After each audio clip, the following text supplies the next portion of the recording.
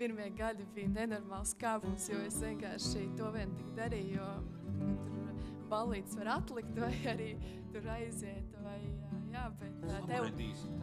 Nē, ballītes forši, tur jāik izvēdināt galvu, visi kārtībā, par to nē. Tomēr sociālajie mēdīji arī spēlē lielu lomu tajā, un es pieļauju, ka jaunie varētu diezgan daudz ko sasniegt ar savu iniciatīvu un paraut vēl citus līdzi, jo iespējas ir tik daudz, viņām ir jāiet pakaļ un jāiet viņas medīt, un viss notiks. Es pieļauju, ka jauniešiem ir tiešām visas iespējas.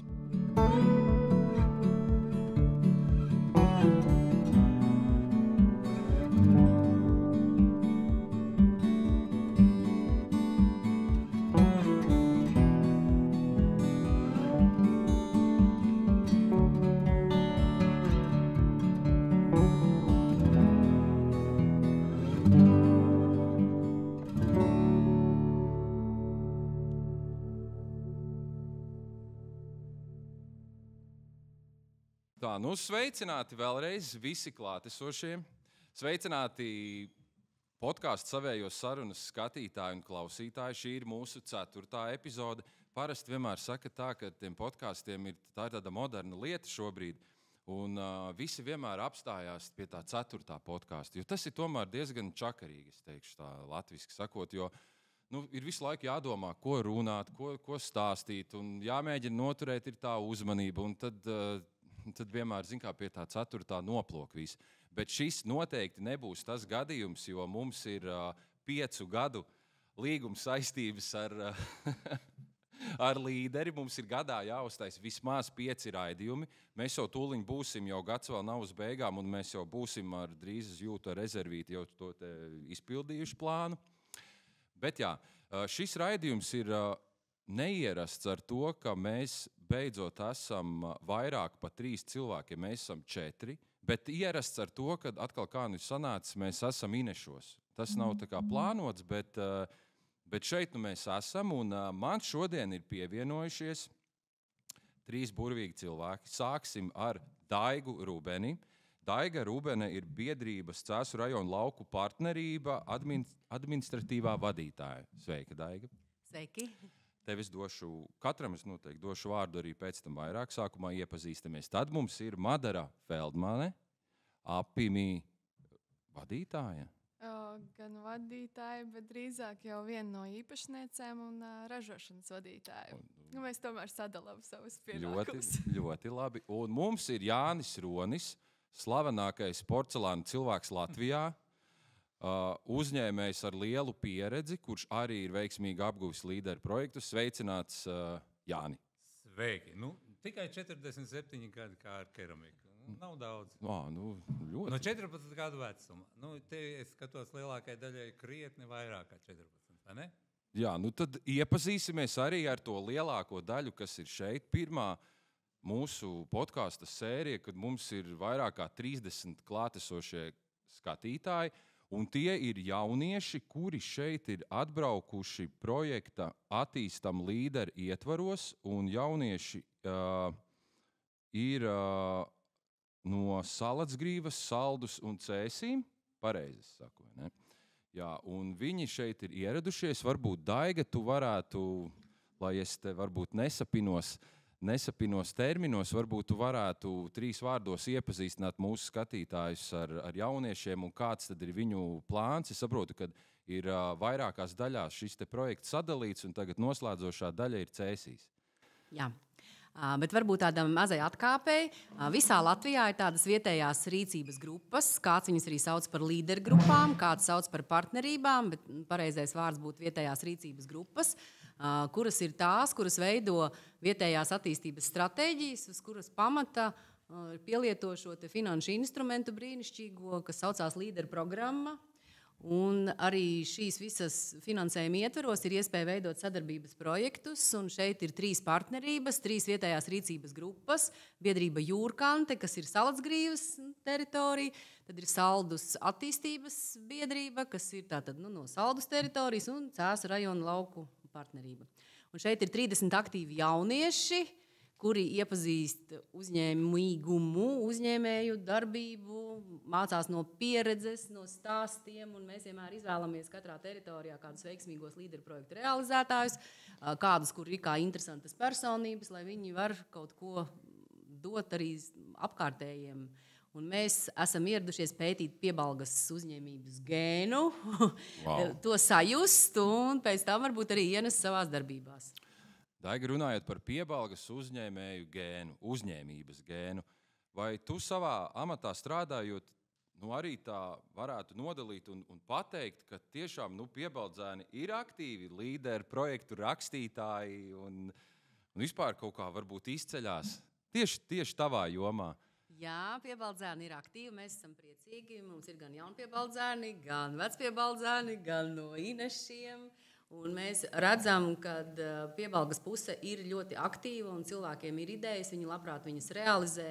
Un, man liekas, ka, varbūt es nepateikšu precīzi, bet mums ir vairāk kā 10 līderu projekti, kas ir daudz šajā teritorijā, kas dod attīstību laukiem. Un arī līderu programmai ir šis varbūt papildus vērtība ir tā, ka bez uzņēmēja darbības attīstības mēs ir iespēja attīstīt arī vietējās lauku kopienas, sabiedrības dzīves veicināšanu, kas ir šis podkāstu projekts. Jā, ļoti labi. Pirms nevis mēs, bet jūs jaunieši dodaties arī klātienē apskatīties, kā darbojās Apimī un Piebalgas porcelāns, kas ir tepat burtiski dažu metru attālumā no šīs vietas, kur mēs esam Inešu muižā. Varbūt iepazīsimies ar jums, ko jūs darāt. Tātad, Madara, sāksim ar tevi. Tev ir pieredze ar medu, ja tā var teikt, kopš tavas dzimšanas, jo abi tavi vecāki ir biškopji un mamma ir ārste.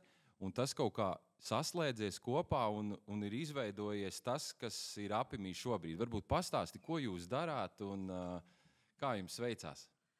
Jā, sveiki vēlreiz. Tātad, ko Apimī dara? Apimī ražo dabīgo kosmētiku, kas ir bagātināta šiem bišu produktiem. Un kā jau Eģis minēja, kad tas jau no bērnības mums ir pazīstams mūsu ģimenē.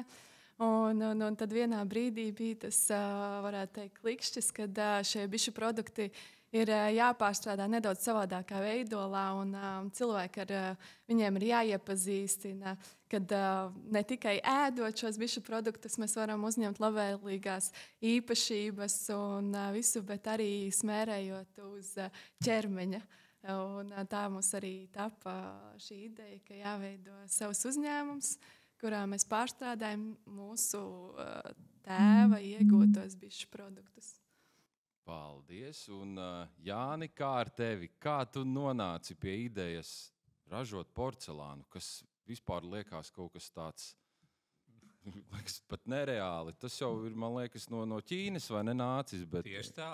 Bet to esi atvedis šeit uz Inešiem. Iedomājieties, vesels 1000 gadus pirms Eiropas ķīnieši pazina porcelānu. Un eiropieši kaut ko deva pretī tikpat smagu, kā porcelāns. Kā jūs domājat, kas tas varēja būt? Pašiem gana bija. Kāpēc tik piezemēti? Zeltu. Tieši tā, zeltu. Tik smags bija porcelāna izstrādājums, tik pretī vajadzēja zelta pikus. Iedomājieties, cik daudz zeltu atdeva eiropiešu ķīniešiem. Bet, tātad es jau minēju 47 gadi, kā ar keramiku iesāku Lietišķie, sākumā pie Pētera Užpeļa, Jāņa Seiksta, Lietišķie Gulbens pusē, tad Mākslas akadēmija, Mākslinieku savienībai Zvārtavas centru izveidoja keramikas un Rīgā izveidoju Rīgas porcelāna muzeju un 6 gadus to vadīju. Manam uzņēmumam tagad jau ir 22 gadi. Un iesākums ir zem Melngalnama. Pēc tam Kalnciemiela un tas 17 gadus atpakaļ atnācām uz šejienu. Tā kā man mamma un vecāmām no šejienes ir vecāmām. Iemesls īstenībā vecāmām man uzdāvināja netālu tādas Veidzirnavas pusi no Rumpīša palikuši, Ogres krastā. Tas arī īstenībā bija tas lielākais iemesls, kāpēc. Vecāmām vēl bija dzīve, 95 gadi. Tātad šāds kūlenis tapa. Tad no Rīgas atnācām uz šejienu. Man atšķirībā nav vecāki bijuši ar keramiku porcelāna saistīti, bet abas māsas strādā ar keramiku. Vecākai māsai es uztaisīju pie Smiltenes darbnīcu, un tad abas tur strādāja. Un tagad jaunākā Gulbenē pie sevis arī darbnīcu ir uztaisījis. Tāds visi trīs esam malmīcītāji. Tā varētu uzskatīt. Tā. Jā, bet Jāni, tu jau minēji, tev ir ļoti liela pieredze ar keramiku, bet kā tu nonāci pie idejas, ka tev tomēr arī ir vajadzīgs līderis? Jo mums ir ļoti labs piemērs. Ir Madara, kurai līderis palīdzēja uzsākt uzņēmējdarbību. Nē? Varbūt precizēšu, jā. Tieši mūsu līderu projekts bija tā kā kāpienas attīstībā, jo mums jau bija viss uzsākts, un mēs pagājuši gadu viņu 2022. gadā, tas sanāk jau 2 gadi, uzsākām viņu realizēt. Tas bija automatizēt ražošanas iekārtas, lai mēs varētu iziet veiksmīgāk eksportā. Tā kā tas bija tā kā nākamais solis uz uzņēmumu attīstību. Jā, un Jāni, kā ar tevi, ko tev līderis ir devis? Sākumā tas ir, caur Ladu arī tas sākums bija, teiksim, tur jau 10 gadu atpakaļ, kad es iegādājos pirmo 3D printeri un drukas iekārtu, un arī logus un jumts tika uzlikts par naudu, bet šogad tātad arī es uzlaboju tehniskos risinājumus visus, ieskaitot pat saules paneļus un hibrīdu inventors un tā tālāk, jo man ir 3 dedzināšanas. To jūs visi izstāstīšu to tehnoloģisko gaitu, kā tas viss ir. Tātad, un ļoti, ļoti labi, ka tādi projekti ir. Un, protams, rakstu darbi ir rakstu darbi. Tie nevienmēr ir tik patīkami, kā gribētos, bet viss ir kārtībā. Atskaites ir vajadzīgas, ja tu esi kaut ko nopircis un tu taisi, tad tam jābūt ir uzskatāmam, un viss ir kārtībā. Ļoti jauki un burvīgi iespēja. Arī jauniem iesaku izmantot šo iespēju. Viss ir lieliski. Daiga, kad tu saņem šos te projektu pieteikumus, varbūt tā stīpri aptuveni, varbūt procentuāli tā var sadalīt, cik ir tādi, kuri nāk pilnīgi no nulles, kuriem nekā nav, ir tikai sapņainas idejas, un cik ir tādi, kuri jau kā Madara vai Jānis, kuri jau ir kaut ko iesākuši un tad kā papildus stimulu savai uzņēmēju darbībai izvēlās līderi? Katrā projektu kārtā noteikti ir kāds procents vai, teiksim, līdz 5 cilvēkiem, kas ir kā fiziskas personas, jo tad līderu programmā var nākt ne tikai jau uzņēmums, kurš ir reģistrēts, kurš jau attīstās, kurš jau spēr nākošos soļus, bet var arī nākt fiziska persona, kura tā kā vēlas tikai veidot uzņēmēju darbību. Un katrā kārtā, teiksim, no kādiem 15 projektiem, kādi 5 vienmēr ir tādi, kas grib uzsākt ideju. Ja? Tad viņam ir šī ideja, viņš par viņu deg, viņš ir skaidrs, ir saprotams, ka viņam, kā tu teici, 5 gadi tas būs jādara, un viņš ir gatavs mēģināt un lekt tajā iekšā. Bet vai nav tā, ka jums no tās izvērtēšanas puses skatoties, arī ir tomēr tāda atbildība lielāka? Jo, protams, ka vieglāk ir strādāt ar tiem projektu pieteikumiem, kur jau tu redzi, vai ne? Kad viņš ir iesācis, viss notiek, viss funkcionē, viņiem vajadzīgs tas papildus stimuls, bet ja jums, kā tu saki, galdā ir 5 no nulītes pilnīgi projekti, tad jums ir tomēr, tā atbildība ir, vai ne? Tu uzdod tādu pašu jautājumu kā Lada. Kā jūs uzticaties, vai jūs uzticaties, kāpēc uzticieties? Es domāju, ka tur atslēga ir arī tiem, kad parasti tomēr cilvēki nāk konsultēties, vai zvana, vai interesēs. Ja? Kā es saku, pielaiko savu ideju šai līderu programmai, ko es tajā varu, kā tas ir. Un mēs tomēr visiem iesakām, lai sāk ar šiem saviem sasniedzamiem rādītājiem, ar saviem, ko tas dos apkārtējai teritorijai, kāds būs ieguldījums lauku teritorijai. Jo bieži vien cilvēks ir aizņemts ar to, tikai ko es gribu darīt, ko es gribu izdarīt, kāds būs rezultāts. Ja? Bet tomēr līderu programma dod šo pievienoto vērtību laukiem.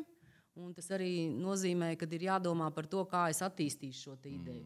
Un bieži vien jauniem cilvēkiem, kuri tikai sāk uzņēmēju darbību, viņiem arī jau ir pārdomāta šī ideja. Viņš ir gatavs pats riskēt, uzsākt uzņēmēju darbību.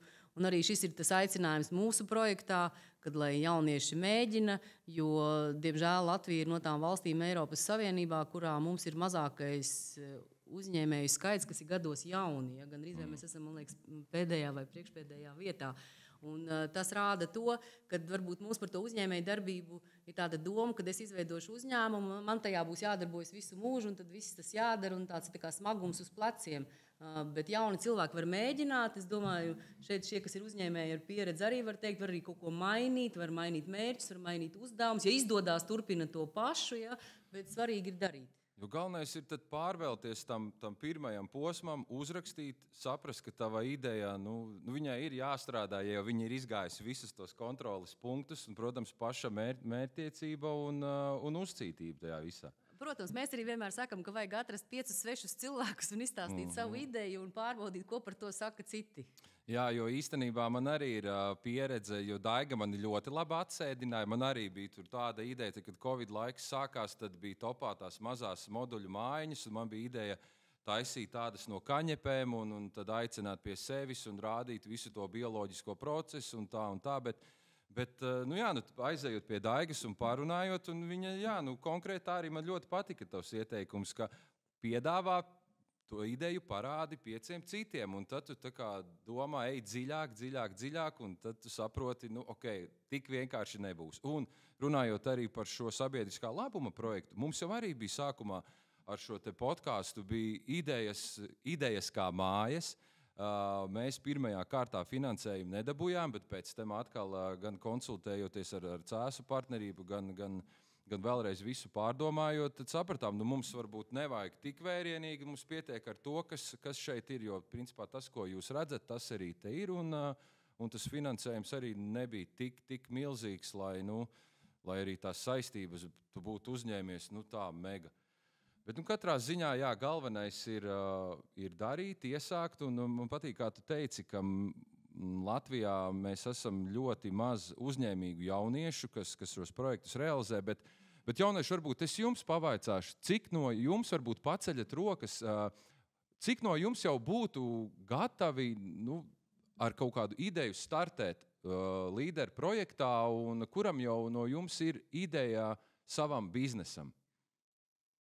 Viena rociņa, 2 rociņas, paceļās 3, gan jau kādas 4.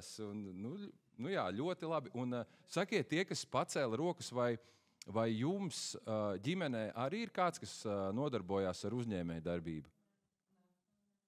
Jā.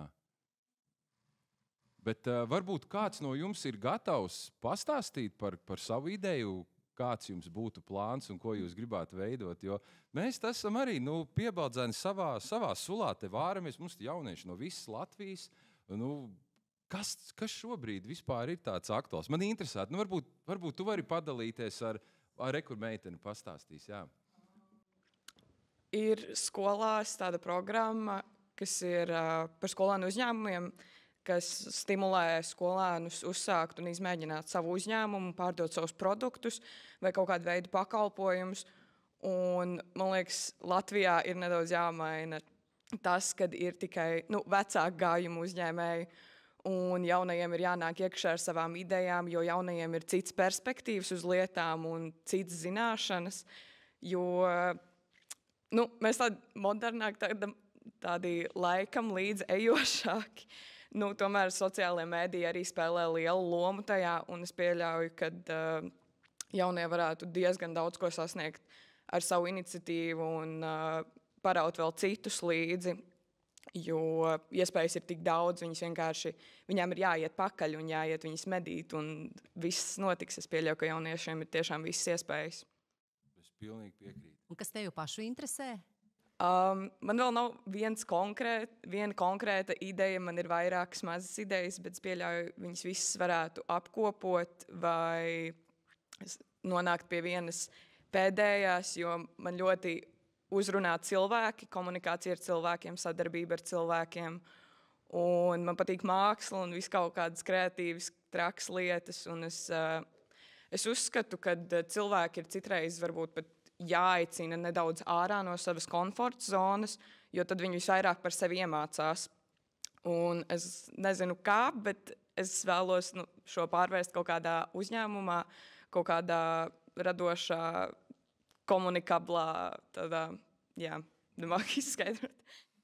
Es saprotu, jā, jo, piemēram, ļoti labs piemērs ir, man liekas, ka viņi Lansori ķiploki, viņi gan nav no Cēsu partnerības, bet viņi Madona arī. Madonas, jā. Madonas inkubatorā. Un viņi arī sākot TikTok un rādot tos video, kā viņi ar tiem ķiplokiem darbojās. Viņi teica, pēkšņi tas viens video aiziet, tur entie tūkstoši laiku, un viņiem pēkšņi, no vienas dienas sāk tā pārdošana aiziet. Un tas arī ir, es domāju, daudziem uzņēmējiem, ka tu it kā visu esi izdarījis, no A līdz Z, visi forši, bet kaut kā neiet tā pārdošana. Un tad ir rekur meitene ar ideju, varbūt viņa nodibina savu sociālo mēdīju aģentūru un palīdz uzņēmējiem tādi kā mēs un dot kaut kādu papildus pievienoto vērtību, jo loģiski, ka tas kā attīstās sociālā vide šobrīd, tas ir... Tur spēj skriet līdzi, un kas to vēl labāk izdarīs kā jaunieši. Ne? Jā. Varbūt tu arī gribi pastāstīt par kādu savu ideju, kādi tev ir plāni, un varbūt mēs arī kādu ieteikumu varam tev dot. Jā, kā jau teica, kad skolās ir tādi kā uzņēmumi, esmu skolānu mācību uzņēmums, kas piedāvā taisīt kaut kādiem bērniem savus uzņēmumus un es teiktu, ka man jau vispār ir. Varbūt vienkārši tagad es pavasaru tieši esmu bikviņā piebremzējusi, viņu neattīstu tālāk, bet es esmu taisījusi rotaļlietas mīkstās. Mans hobijs ir tamborēt, un tāpēc es to esmu pārvērtus biznesā. Viņš vispār jau bija aizgājis, bet vienīgi tagad, kad es nolaidu lažu un es piebremzēju. Bet ja skatās uz priekšu vairāk, tad man arī ir plāni uz kaut ko tādu lielāku. Es teiktu, ka es gribētu kaut kādu restorāniņu, bet lai viņš kaut kā atšķirtos no citiem, jo ir ļoti daudz restorānu vai kaut ko tādu, tad es domāju, ka cilvēkiem būtu jātiek pie tā ēdiena. Viņiem ir jānopelna. Piemēram, tu aizies kaut kādām, izvēlies kaut kādas durvis, un tad tur, piemēram, izēj cauri, vai tur kaut kādi meži ir, vai tur apkārt zivtiņas peld, vai tur, piemēram, kaut kāda atrakcija ir, un tur, piemēram, pa kalniņu nošūts lejā, tikai tad tu vari kaut ko sev tur paņemt ēst vai kaut ko tādu.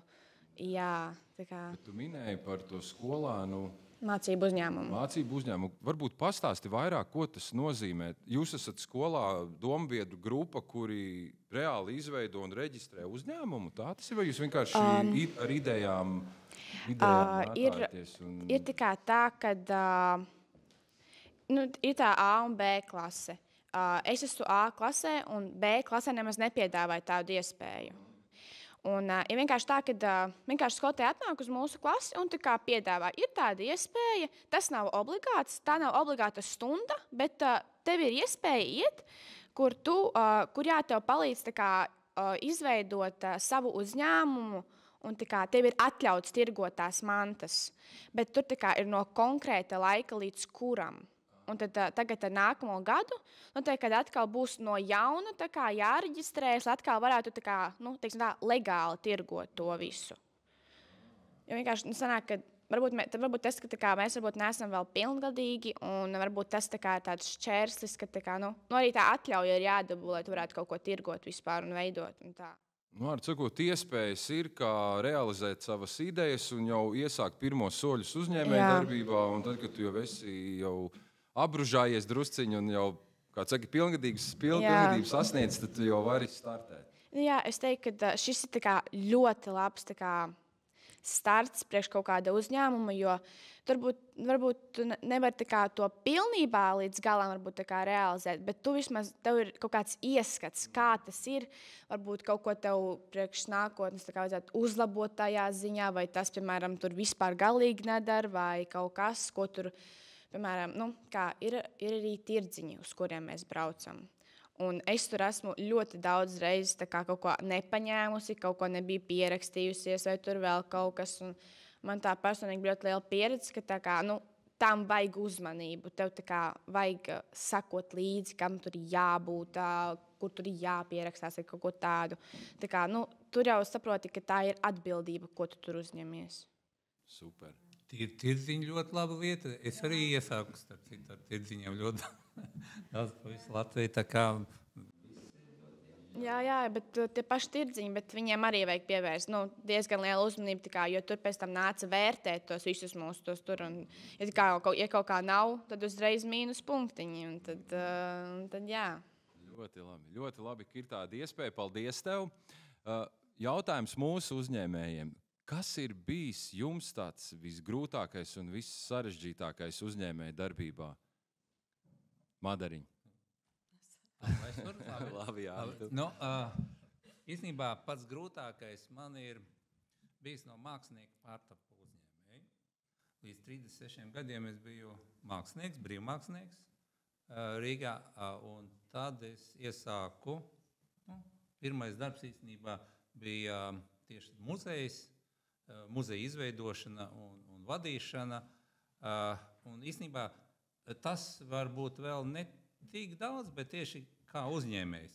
Jo uzņēmējiem tā domāšana mazliet savādāk kā māksliniekam. Starp citu, tie no salas grīvas, vai ne? Ir paceļ rokas, kas no salas. Daudz. Imantu Klīdzēju pazīst droši vien daļu, ja? Un mākslas skolā arī kāds ir bijis. Tikko bija cepļa izņemšana, diemžēl es nebiju, man bija citas lietas, jo man arī vidējais puisis students tūlīt būs, ja? Bet Imantu es ļoti sen jau pazīstu, un es esmu ievēlēts šogad arī Latvijas keramikas asociācijā prezidents. Bet Imants savā pusē ļoti daudz ir darījis, un cik mākslas skolē bijuši no tiem? Super! Un es domāju, ka tas ir ļoti labs iegūms arī tam uzņēmēji tālāk, teiksim, ja kāds arī iet pa uzņēmēju. Sākums, starp citu, ir ļoti savāds.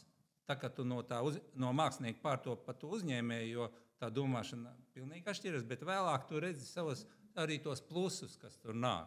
Tā kā visu cieņu tai mākslinieku izglītībai sākumā. Ja? Tā, un no cēsīm ir cik?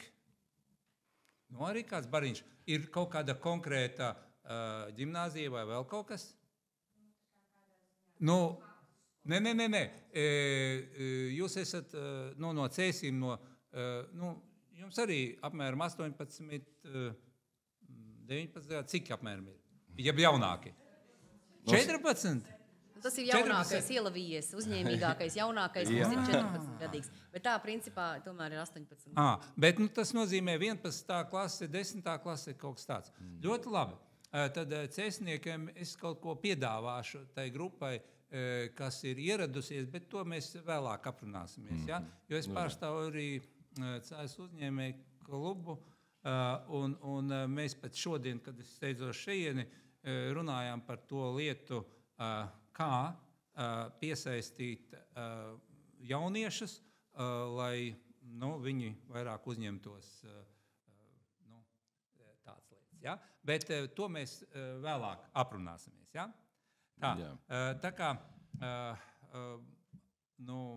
Tad saki, grūtākais tev bija pāriet no mākslinieka par uzņēmēju. Īstenībā dzīvē tas bija pats sarežģītākais. Jo domāšanas, tā kā tu diezgan lielu laiku veido kā mākslinieku, un, teiksim, gadā vismaz viena personāla izstāde ir, tad tas stipri atšķirās no uzņēmēju lietām. Tā mana tā pieredze ir. Bet kļūdas, milzīgi daudz. No šī brīža vērtējot, ārprātīgi daudz kļūdas esmu pielaidis. Es domāju, ka neviens normāls biznesmenis tik daudz nebūtu pielaidis kā es. Mani paglāb citas lietas. Bet, Jāni, kas būtu tā lieta, par ko tu varbūt kādreiz satraucies, bet tagad atskatoties atpakaļ savā uzņēmē darbībā, tas liekas smieklīgi? Ir kaut kas tāds, kas tev... Man ir tāda sajūta, ka es visu varu izdarīt. Ja? Un es visu laiku cīnos ar šo sajūtu, jo ar tām pašām kaņepēm. Es izaudzēju tās kaņepes un nokulu un visu izdarījumu. Bija domāts tā, ka izveidot tādu korporatīvu apmēram 10-15 cilvēku, kas audzētu kaņepes, lai nepiemēslotu apkārtējo vidi, lai audzētu un varētu nopelnīt un visu. Un tad es sapratu, nē, tas prasa diezgan daudz laika, man jākoncentrējas, jo vienu kļūdu es pieļāvu iepriekš, kad man bija porcelāna fabrika jau, un tad es domāju, es piepelnīšos vēl, es taisīju termiskās iekārtas metāla apstrādes uzņēmumiem, un pašu lielāko uztaisīju Ungārijai, iepriekš Austrijai, tāds metāla rūdīšanas, atlaidināšanas iekārtas ar visām certifikācijām un tā tālāk, bet tas ir cits biznes. Tur bija tā, ka to naudu, ko es nopelnīju, es biju spiests ieguldīt atpakaļ fabrikā, jo tajā laikā es nespēju pietiekami kontrolēt procesu un bija brāķis. Ir ļoti jāskatās un jākoncentrējas tomēr kaut kādā tajā virzienā. Es ļoti daudz nelietderīgi laiku izmantoju. Tā kā man tētis un vectēvs bija inženieri, tad tas inženieris lien pa visām spraugām ārā, un es pats taisu elektrību, santehniku, apkuri, visu. Labi, man kredītu nav, bet īstenībā es ļoti daudz laika esmu iztērējis tieši tādai tehniskai uzraudzībai. Beidzamā personāla izstāde man bija 95. gadā. Es uzskatu, ka es varēju daudz vairāk kaut ko izdarīt. Es ļoti daudz saskaldījos tādās lietās. Man patīk, es daru to. Man tas arī patīk, es daru to. Tas ir patīkami saprast, sajust arī, ka tu vari kaut ko tur izdarīt, bet ir jākoncentrējas, par to pašu keramiku. Pat Mākslas akadēmijā, kad mācījos, tad es paralēli gāju uz tehnisko biblioteku un daudzas tehnoloģijas lietas vēl paralēli mācījos. Jo tā, kad es nācu uz šejieni, man bija pilnīgi viss jāprot par keramiku un porcelānu, lai es apmācītu cilvēkus. Apmēram pusgadu jāapmāca cilvēks, un tad viņš var normāli strādāt. Ja? Tad ir tam pamatzināšanām tām ir jābūt diezgan labā līmenī ar izpratni, kā tas var būt, 5-10 gadus uz priekšu.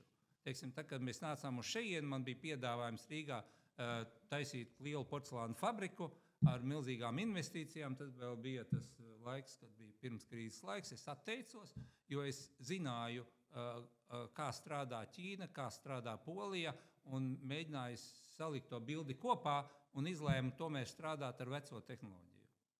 Ja? Tā kā ir daudzas lietas,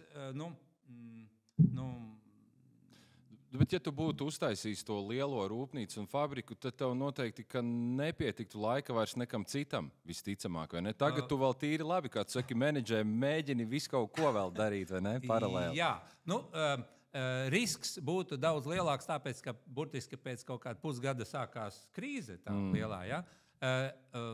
Grūti pateikt, kā tas man būtu izdevies. Tas ir, iedomājies, fabrikas tur diennakti strādā ar milzīgām investīcijām, ar jaunu tehnoloģiju, tur no pulvera to visu taisa. Tās ir citas pilnīgi lietas, tur ar vagoniem produkcija tiek vesta un tā tālāk. Būtu grūti spekulēt, vai tas būtu izdevies vai nē. Kaut kāda daļa, protams, pastāv. Ļoti labi. Redzam, mums ir Rūdīts uzņēmējs ar lielu pieredzi gan inženierijā, gan mākslā, gan biznesā, gan visur. Bet, Madara, kas tev ir bijis grūtākais, kam tu esi gājusi cauri tieši šajā posmā, kad tu sāki uzņēmēju darbību līdz šim brīdim? Es teiktu tā, ka nevar likt vienu lietu, jo visu laiku attīstoties visu laiku ir izaicinājumi. Pirmajā gadā tev ir ambīcijas nenormāli lielas. Bet tad tu saproti, ka tev ir jāiet publikas priekšā, tev ir jāfilmēs. Es, godīgi sakot, nebiju no tiem cilvēkiem, kas man patika to darīt, un kam vispār kameras patika un iet un runāt. Tā ir izaugsme sev, tas ir tu pārvari kaut kādus šķēršļus, vai tie ir jauni izaicinājumi, vai tu pārvari un ej tālāk. Pēc tam jau nāk jau paši tev jāizdomā, kāda cena būs, tev jāizrēķina, pēc tam viņi atkal jāpārstrādā, jo tā kā uzņēmumam kaut kas ir jānopelna, nevis tikai, tikai jāiziet tā kā pa nullēm vai pat mīnusos. Tā kā tas viss ir jāmenedžē, plus vēl arī skatoties, kad visas tehnoloģijas man ir, protams, arī izglītība atbilstoša, lai es varētu arī izstrādāt šīs formulācijas un procesus ieviest ražošanā, bet arī tur ir savi izaicinājumi, lai formulas būtu stabilas, lai viņas palielinot ražošanas apjomus, viņas nemainītos, un tas viss ir izziņas procesā visu laiku, tā kā arī Jānis teica, ka visu laiku tev ir jābūt tajā apritē un jālasa literatūras un jādomā, kā uzlabot procesus. Arī mēs nevaram apstāties, mums ir visu laiku jādomā, kas jauns vai arī jāuzlabo vecais. Un tie ir tāds vienu nevar nosaukt, jo kas ir vēl viens, kas ir kāds izaicinājums ir samanedžēt savu laiku ar ģimenes laiku. Un ko es gribēju pateikt jauniešiem, kad vieglāk ir uzņēmumu uzsākt, kad tev nav ģimene. Jo tad tu vari veltīt laiku diennakti, jo tā arī man sākumā bija. Pirmie gadi bija nenormāls kāpums, jo es vienkārši to vien tik darīju, jo tur ballītes var atlikt vai arī tur aiziet. Samaidīsi tā, šitā. Ballītes forši, tur vajag izveidot galvu un viss ir kārtībā, par to ne. Bet tā, ka tev ir ģimene, tev ir mazs bērns mājās un sākas ģimenes lietas, tad tomēr ir tev kaut kādas prioritātes sāk jau pakārtoties. Uzņēmums, protams, ir svarīgs, bet ir arī nāk, kad ir vīrs un bērns, kam arī jāveltī savs laiks. Un tas ir, man liekas, lielākais izaicinājums, kas man bija, kad ģimenes laiku sabalansē tomēr ar uzņēmumu.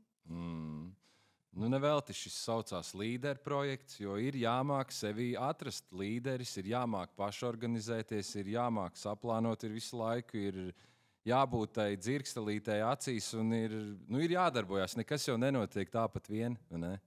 Jā, protams. Kā tev, Madara, top tavas receptes? Tu viņas nosapņo vai tiešām ķīmiski sastādi? Tagad ir priekš, kā top tā... Bet jo tu esi ķīmiķis, ja pēc izglītības? Jā. Tad tev viss tā labi saslēdzās, jā. Ar jauniem produktiem, tagad bija kādu laiku atlikti jaunie produkti, jo mums bija jārealizē iekārta automatizācija, kur aizņēma gan mājās rasējumi un izpēte pa kādiem citiem uzņēmumiem ir kādas iekārtas un to sataisīt kopā. Noliec kabatā, citādi tu caur galdu vibrē. Es atvainojos. Viņš kaut kā mums te iet tas signāls cauri pa galdam. Jā, bet kā rodas jaunas receptes sākumā, tas tiešām bija tāds, ka tev ir, tu zini, ka tu vēlies izmantot pēc iespējas vairāk to resursu, kas mums ir. Kas mums ir, tie ir tie bišu produkti. Un pēc iespējas mazāk likt klāt kaut kādus vēl dabīgus produktus, un tad tu sāc jau domāt, man liekas, ka tas ir tāds komplekss, to nevar nodimēt, jo tur nāk, protams, kaut kādas iegūtās zināšanas, kas ir studiju laikos, kas nākušas zināšanas ar iepriekšējām darba vietām, un tas ir kopā, un vēl plus, ko tu lasi, ko tu pēti, un tas ir tāds viens tāds liels process, arī viņi nosauktu par māksliniecisku procesu, lai taptu jauni produkti. Bet galvenā ideja ir tāda, ko mēs gribam. Tad, ja mums tagad ir tie kosmētikas līdzekļi, tas mums bija sākumā ir tāds, kad kā iestrādāt bija bišu produkts. Tagad es jau vairāk domāju, kā mēs tikai no tīri kas paliek pāri, varbūt biškopībā, kā vēl viņu var pārstrādāt, lai nebūtu šīs atlikuma vielas, lai būtu vēl unikāls produkts, ko var kas iziet tā kā zaļā domāšana arī klāt nāk. Un tas viss ir tāds, es laikam nevarēšu atbildēt tā konkrēti uz to jautājumu, kā rodas, bet tas ir tāds ir kopums, tas ir tāds liels kopums. Un plus vēl tas arī, ko mēs skatāmies, ko vēlās cilvēki iegādāties, un tad jau tu sāc domāt, kā mums tas veiksies ar pārdošanu, jo kā jau minēju, pārdošana arī jāmāk, un tas ir viens liels izaicinājums, lai savu produktu pārdotu un lai viņš ietu realizācijā. Jā, tas ir izaicinājums īstenībā. Tev arī tas ir lielākais, vai ne? Tu sākumā, tā kā mākslinieks, ar ko es arī saskāros, kā mākslinieks, izveidot kaut kādu lietu, un tagad ļoti forši, un viss būs labi. Nekā. Ko darīja? Tagad ir tā, tu saražo, un tev pieprasījums pēkšņi tā aug, ka tu vienkārši saproti, nav tev laika, nav tev cilvēka, nav tā produkcija, ko iedod. Nē, te ir tā lieta, teiksim, Latvija arī ir maziņa, jā, un arī man ir milzīgs tas piedāvājuma klāsts, un iedomājieties, kā atšķirās tas pieprasījums. Ja? Pasaulē mūs atpazīst vairāk ar to burzīto un adīto. Mākslinieki joprojām to burzīto liela daļa pērk un tā tālāk, un diezgan populārs, bet populārākā krūze ir lielais dimants, 7 gadus, un neviens viņu nevar no piedestāla nostumt nost. Viens produkts, ja? Pats populārākais, 7 gadus. Jūs redzēsiet, jūs parādīšu, jūs paši vērtēsiet, kāpēc. Jā, viņš vienkārši turās reitingos. Tas arī tā ir. Jā, ir interesants un tāds, varbūt netradicionālāks un tā tālāk, bet arī tas burzītais, kad es 20 gadus atpakaļ viņu uztaisīju, tāds bija tā kā revolūcija porcelānā mazliet, vai ne? Un tā kā ļoti dažādi. Tā kā tu esi jau iegujis kaut kādu tādu patību, ja, tad tu vari arī teiksim, jaunu produktu veidot tādu, kas tev vairāk patīk un varbūt netik daudz rēķināties ar to, vai nopirks vai nē. Ja, teiksim, mēs uztaisījām tur Latvijas kultūras mantojums, to sēriju, tur 100 gadu atpakaļ autori, kas ļoti labi strādāja un tā. Beidzot, es teiksim, Rundālei uztaisīju to 18. gadsimta smaržu popūriju, 10 gadus atpakaļ es atteicu. tā kā, tu skaties to. Jautājums jau bija par to, jums tagad pēkšņi saka, jums vajag ļoti daudz saražot. Piemēram, kosmētiku, piemēram, porcelānu. Un jūs taču nevarat teikt, nē, es tagad to nevaru, jo es pazaudēšu, jo tirgus Latvijā ir kāds viņš ir. Jā, tieši tā. Es patreiz arī taisu pasūtījumu, kurš ir 4 mēneši man uz priekšu. Kaut kādai Dubajai un Ņujorkai kaut kādiem gaismekļiem. Es izpildu tikai to elementus taisu. Ja? Un tas ir blakus, bet es nepārstāju taisīt visu to, kas man ir... Es varētu, teiksim, tikai to darīt, ja? Bet es īstenībā nedrīkstu tikai to darīt, jo tad es izēju ārā no visas tās aprites. Tātad man ir jāsaprot, cik es varu taisīt. Man prasa laikā, lai vēl ātrāk es taisu. Es to nevaru ātrāk uztaisīt, es nedrīkstu tā, pārstāvēt. Bet tas ir tas uzņēmējs, ka viņš izdara. Viņš vienkārši visu laiku non-stopā pilda visiem vajadzīgs, un beigās tu esi izdegts, par ko mēs visu laiku runājam. Jā, bet tas jau var 6 gadi paiet, izdeg. Atkal sevi restartē, cīnās, atkal izdeg. Arī man ir bijis tāds process nepārāk, kādu laiciņu. Es pārāk daudz biju uzņēmies darīt, vēl visāds pārvākšanās, viss kopā, un te es sapratu ārprāts. Visi procesi, es it kā daru visu, bet viss tik lēnu iet, un tas kaitina, un tu pats zaudē enerģiju, un te ir tā lieta par to izdegšanu, ja? Un tad tu izdedz, ja? Kad tu to gandarījumu nedabū, ja? Par to darbu tu it kā daudz ko dari, bet viss ir lēnu, un tas neapmierina. Un tāpēc ir, tāpēc ir jābūt tai izpratnei, par ko tu dari, un nedrīkst ļoti, to, ko es teicu, tā mana liela kļūda ir tā, ka es visu gribu darīt, un man liekas, ka es visu varu izdarīt. Nevaru objektīvi visu izdarīt. Pateikt arī nē, jāmāk. Tieši tā, pilnīgi pareizi. Mādara, kā tev ar to izdegšanu ir? Jā, tas ir viens, ko es minēju, ka jāmāk sabalansēt tas darbs ar reālo to dzīvi. Es arī varbūt bijusi kaut kādu brīdi jau uz izdegšanas robežas, bet kaut kā to atjauno spēkus un ej tālāk. Jā, bet ko es gribēju vēl minēt, kad ja ir lieli pasūtījumi, tāpēc mēs realizējām līderu projektu, lai mēs tos varētu izpildīt. Un mēs varam, bet tajā brīdī te jau, ja te uzrodas, viņš jau neuzrodas tā pēkšņi. Ja? Tas viss nenotiek tā kā, var viens liels pasūtījums būt, bet es uzskatu, ka, ja ir regulāri tie pasūtījumi, tad tas jau ir kaut kas nopietnas. Ja tas ir viens liels, tad tas ir tāds gadījums. Tā kā ir izkritis tāds foršs gadījums. Ja? Bet tu vari tad, kad tev ir jau regulāri lieli pasūtījumi, tad tu jau tālāk domā, tad jau tu piesaisti cilvēkus klāt vai arī vienkārši sākumā nostabilizē ar to resursiem, kas tev ir. Es neteiktu, ka vienmēr jāsaka nē. Protams, ka tas ir jāapsver, ko tu liec ķīlā. Tas ir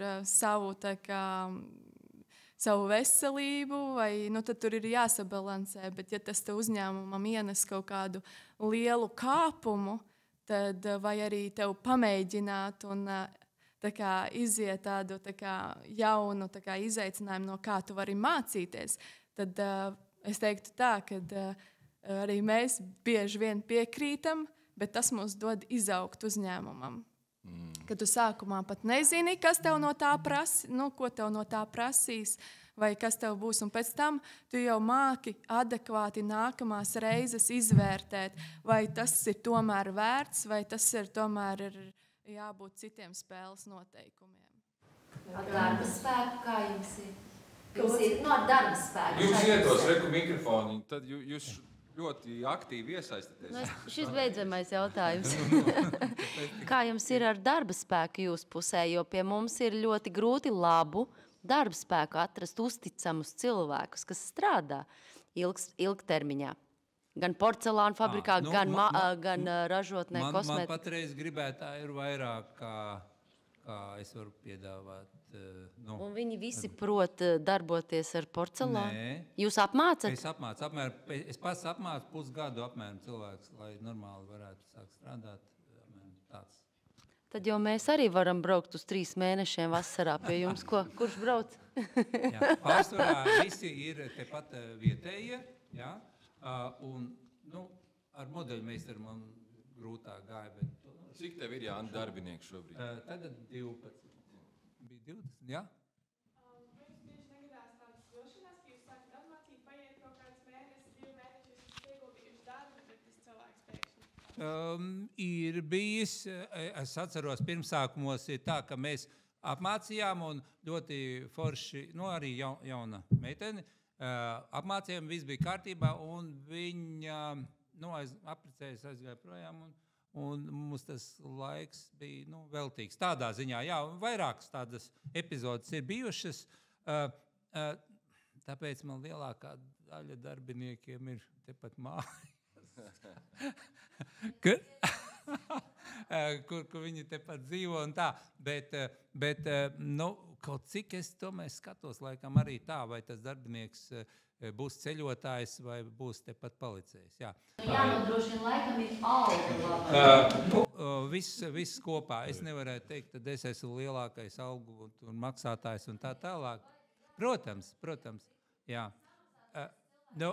Jā, protams, un arī darba apstākļiem tā, lai tu to cilvēks labi justos un, teiksim, nebūtu tā, ka tu viņu tur, jā. Tā patreiz ir. Tā kā patreiz cilvēku tie, kas strādā, praktiski tie arī strādā. Un pandēmijā man bija vairāk cilvēku pirms pandēmijas, ja? Un diemžēl porcelāns ir tāda lieta, un tāpat daudz biznesi ir tādi, kad, teiksim, ja ir ekonomiskās svārstības, tad mainās ļoti krasi viss. Iedomājies, tev ir 20 cilvēku, tev jāmaksā nodokļi, viss, un pēkšņi vienkārši vairākus mēnešus neienāk vispār nekāda nauda. Vispār nekas. Un tad sāk mazliet sirmot. Tāpēc jūs pats arī skrūvējat, labojat visu, lai ietaupītu šito finanses, bet jūs sev atņemat laiku. Jā, sevišķi sākuma etapā es tā darīju. Es izvērtēju, teiksim, santehnikā tās lietas man izmaksā tik un tik, tas speciālists, bet es to pats varu izdarīt, tātad mana dienas nauda apmēram varētu būt tāda, aptuveni, ja? Tātad, es tomēr labāk pats izdaru to, un kad tas uzņēmums nav vēl tik liels, ja ir lielāks laiks, bet es saku, man bija ļoti daudz kļūdu tajā procesā, ļoti daudz. Man vajadzēja vairāk uzticēties. Tas nav tā, ka jūs tagad tur skrūvējat, līmējat un labojat, un tajā brīdī jūs būtu ražojuši kādu interesantu izstrādājumu, un jūs ar to vairāk nopelnīt nekā jūs. Jā, tieši par to iet runa taisnība, bet, teiksim, atrast tādu speciālistu, kas, teiksim, es pats krāsnes taisu jau no 16 gadu vecuma, ja? Es ne tikai, kā jau teicu, metāla apstrādes, bronzas liešanas krāsnes taisījumu, atkritumu sadzīdzināšu iekaras, un porcelānam es visu laiku taisu pats krāsnes, un tāpēc, ka es strādāju vienu no kaprīzākiem materiāliem, angļu kaulu porcelānu. Un tas viens no, es salīdzinu tā, ja kāds pazīst kādu kaprīzes sievieti vai arī vīrieti, ja, reiz 2, tad tas ir tas materiāls. Droši es skatos, ka mums rociņas paceļās, tad palaižam mikrofoniņu un droši uzdodam jautājumus.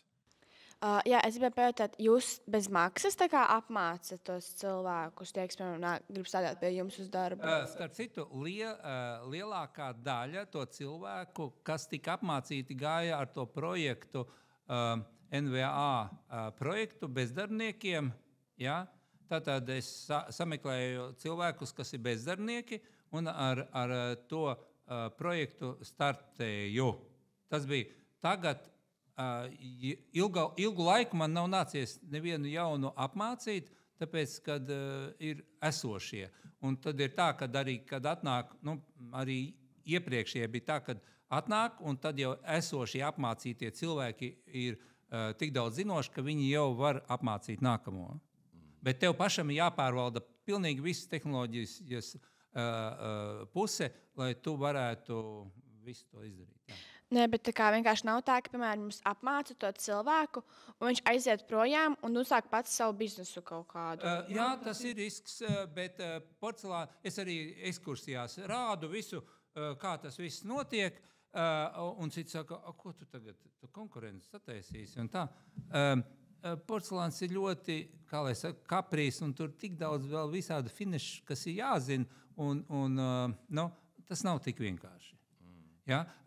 Nevelti atsevišķi mākslinieki, kas strādā ar porcelānu, ir tagad.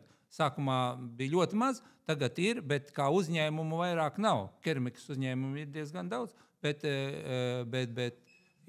porcelāna praktiski nav.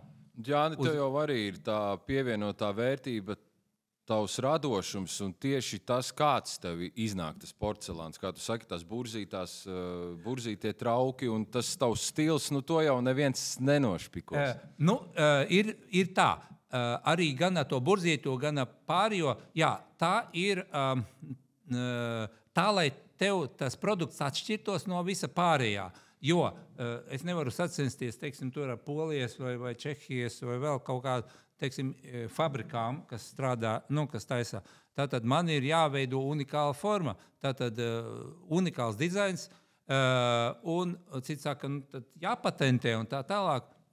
Tur kāds izmaina nedaudz to ideju, un tu tiesu darbu un vispārējais es nepatentēju neko.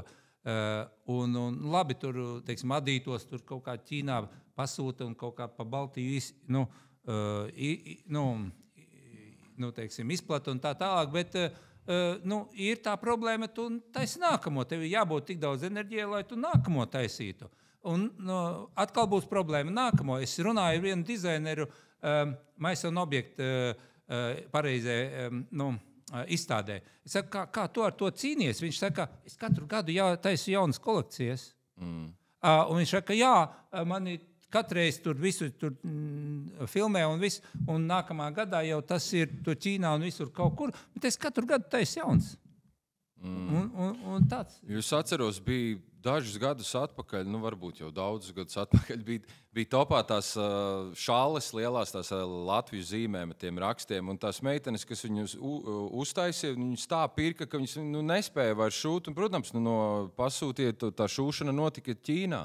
Bet kas tālāk ar uzņēmumu notika, es nezinu. Loģiski, ka ir kaut kāda lieta, kas ir aktuāla, un viņa kaut kādā brīdī tev ir jāliek kaut kas sakal pretī nākošais. Tu ilgi nevilksi uz tā viena. Tāpat arī Madara tev. Varbūt tavā biznesā ir savādāk. Ir kaut kas, tā kā Jānim ir kaut kas ejošs, tev noteikti arī ir kaut kāds tas bāzes produkts, kas ir, kas tu zini, kas ir, kuru tu ārā neņemsi, bet tev arī visu laiku ir jāstrādā pie kaut kā jauna, vai ne? Protams, jo īpaši jau kosmētikā tev ir cilvēki, taču visu laiku grib kaut ko jaunu, vai arī citām varbūt vajadzībām, vai arī ar citu tekstūru jau, un tev ir jādomā par jauniem produktiem. Mums tagad arī divi jau ir iestrādes procesā, kur cerams, ka viņi līdz, kā es saku, līdz gada beigām iznāks kā jauni produkti. Tā kā, protams, ir, lai tu piesaistītu, lai tev esošie klienti nezaudētu interesi, vai arī jauni klienti nāktu klāt, varbūt viņam tieši tas uzrunās, nevis kas jau esošais. Jā, protams, arī jau esošajiem produktiem jau varbūt ir jau vajadzīga jauna uzlabotāka formula, un tā kā pie tā visu laiku ir jādomā. Varbūt ir Riku vēl jautājums, lūdzu. Man ir jautājums par darba komandu, tieši kā jūs veidojat savu darba komandu un kādas attiecības, jeb vidi jūs cenšaties panākt darbā no darbinieku puses, un cik liela saskarsme jums ir ar pašiem saviem darbiniekiem? Tātad, pašā sākumā man likās, ka jāveido tas uzņēmums tā kā ģimene, lai visi justos ļoti labi, un tā pašā sākumā tā bija, un viss darbojās, bet tā, kad krasi palielinājās, tad tas nenostrādāja, jo cilvēki ir dažādi, un ir tādi, kas mēģina kaut kā uz to, vairāk dzīvot uz to uzticību, ja? Bet patreiz atkal ir tā stadija, kad mēs tā kā ģimene un nav tik daudz jāpieskata. Pats modelis jau strādā, un tā ir liela lieta, ja darbinieks ir, viņš pats skatās līdzi, lai nebūtu kādas problēmas. Bet vai nav riskanti ģimeni jau kopā ar biznesu, vai tās nepasliktina attiecības? Jums ir ģimenes, vai ne? Jā, mums vēl līdz darbiniekiem vēl ir jāaug. Tā kā mēs pagaidām esam tikai 2 darbinieces, es un mana māsa. Un pārējie ir tikai, kas ienāk kā palīgi spēki klāt. Un arī, ko es gribēju teikt, arī te uzņēmumā arī mums ir katram nodot savas atbildības. Protams, viss mēs pārzinām kaut kādā mērā pa visu, bet es nelienu kaut kādos otru lauciņos līdz pēdējiem, kā arī manā nelienu. Bet, ko es gribēju par tieši darbiniekiem, arī mums ir, piemēram, jau ir atšķirības, kāda ir darbības, kā tu jūties labāk, kā tu strādā, kā tu organizē savu darbu. Un arī, piemēram, mums noteikti būs jāpaplašinās un būs nepieciešami darbinieki. Un es jau skatos, ka tev sākumā tiešām ir jāiepazīst tas darbinieks un jāzina viņa, kāda ir viņam optimālā, varbūt tā patīkamā darba vide, un tad jāmēģina, protams, tas pielāgot, jo tad dabū to visu efektīvāko. Arī es, zinot, kā es sev organizēju darbu, es arī zinu, kad ir man neproduktīvs laiks, un ko es daru, piemēram, ko es varu citreiz 5 stundas, bet es zinu, ka es varu pusstundā izdarīt. Un tad tu mēģini vienkārši salikt tā, lai tev būtu tomēr tas produktīvais laiks, tu jau māki sevi menedžēt un saplānot. Un mums, es sev saku, arī jau ir ļoti atšķirīga kaut kādas sistēmas, bet tās ir iezīmes, ko tu izproti, izzini un tad sakārto savu darbu, lai tev viņš būtu efektīvs. Paldies! Ir vēl kādi jautājumi? Labi. Mums lēnām jāpaļojās, jo jums vēl ir diezgan garš dienas plāns, bet jā. Ko darīt vai ko nedarīt, lai darbinieki neizdegtu? Jo, ja uzņēmējs izdeg, tad vai cieši viss uzņēmums, bet ko darīt, ja darbinieki sāk izdegt?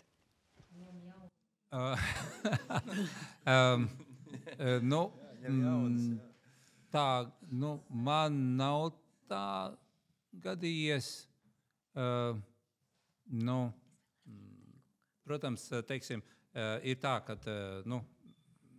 kādai meitenei, sievietei ir bērniņš, un tad tas laiks atkal ir tā kā ārā no tā, un tad atgriežas. Tā.